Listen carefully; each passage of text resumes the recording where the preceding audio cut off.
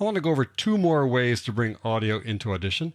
They're called append and insert. And in many ways, they're like the open command in that the open command brings a link here and then does something with the file, opens it up inside the editor. The append command takes a file and adds it to a file that's already in the editor. It doesn't add it to the files panel, but does add it to the file in the editor. And the insert command brings a file into the files panel and inserts it into an existing multi-track session.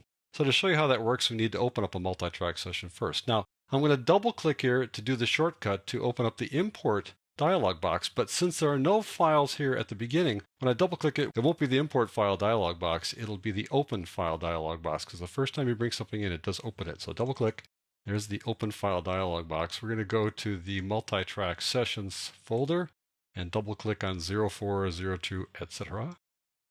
That opens it up and also opens up all the files associated with that multi-track session. And now let's bring in one more file so we can do the append command with that one. So now I'm going to double click, and this time it will open up the import file dialog box. Just so you know that's why that happens. I go to the demo files and open up the organ chords file. Okay, now we're ready to go. First of all, I want to work with the organ chords file. Now, this file is a 48,000 sample file, 48,000 samples per second. The file I'm going to bring in is a 44,100 sample file. It's going to automatically up convert to 48,000, just to be aware of that. You won't be able to see that it's 44.1 inside the dialog box, but believe me, it is. And if we were using the media browser, you would be able to see that it's 44.1, but here you can't. But we'll talk about the media browser in another tutorial. So now I want to open this guy up, first of all. Now it's open inside the editor because I double clicked on it. And now I want to append a file to the end of this. That's the append command. To do that, I go File, Open Append. Now, you can say to New, which is basically like opening a file. It's hardly any different than just opening a file straight. But in this case, we want to go to Open Append to the current file. And what that's going to do is going to bring a file and stick it at the end of this. So I go to Current, and then I'm going to select the second organ file, the organ octaves file. That's going to add it right after this one, despite the fact that it's 44.1 and that's 48,000.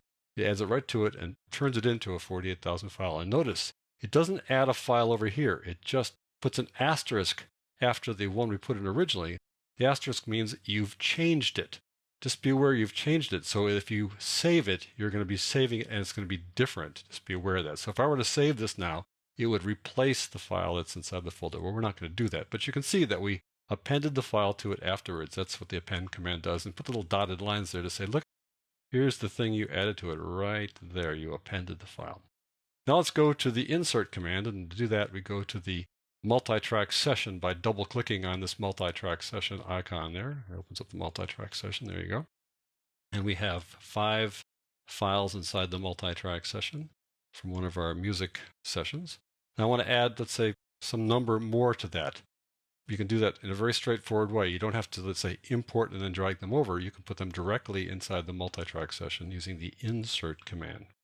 So the way insert works is that wherever the current time indicator is located, the files will start there. So if I move it over here, for example, when the files come in, they'll start where the current time indicator is, which is no big deal. It's often just drag them over, but it's best to have this thing at the beginning. So I drag it back to the beginning. And then it'll put the files on whatever track is active. Now, if I have this track be active, you can tell it's active because it's light gray and I've clicked on it. It won't cover it up. It'll see that it's active and that there's a file there. So instead of putting it on this track, it'll put it down in track 6 and then beyond. So there are only 6 tracks here plus a master track, but we're going to bring in more than one file and see what happens when we do that. So we're going to select the track that has something on it just to make sure that you'll see that it doesn't do something bad to that track. Then we'll see what happens if you bring in more than one file because there's only one track that's open here. So to do that, we go to the multi-track menu, not the file menu, but we're working in a multi-track session. So multi-track, insert files. Now, if I didn't have a multi-track session active, let's say I was working on another file, the multi-track insert would be grayed out. It won't be active because you don't have a multi-track session active. So we'll go back to the multi-track session. I'll go multi-track, insert files. Notice the 3 dots there, meaning that something is going to happen after this. Don't worry about it. Nothing bad is going to happen right away. You have another choice here, another thing to do, another option. Click that, and then here's the import file dialog box. Oh my gosh, it's the import file dialog box. Well, we are importing it, but at the same time, we're also inserting it. So I'm going to go back to the working files, music, down to just too hard to find. Now I'm going to select these 5 backing vocal tracks, they're called. I'm selecting them all by clicking on the first one and shift clicking on the fifth one, and I click open. And what happens? It does not cover up the selected track that we had selected before. It adds them down to the bottom, inserts it above that one that was selected, but doesn't cover it up. And then when it runs out of those guys, it adds it first to the sixth and then inserts ones above it.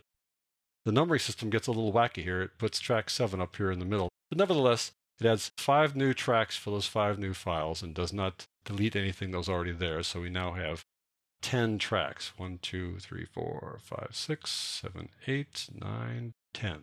Finally, what happens if you take your current time indicator after all of the clips in a multi-track session? And let's say select this track, and now we want to add a couple of files. If I go multi-track, insert files, let's say we pick these 2 baritone files like that and click open, it's going to add them right here after this guy. Notice how that worked? So that's how I use the append and insert command to bring audio files into Audition.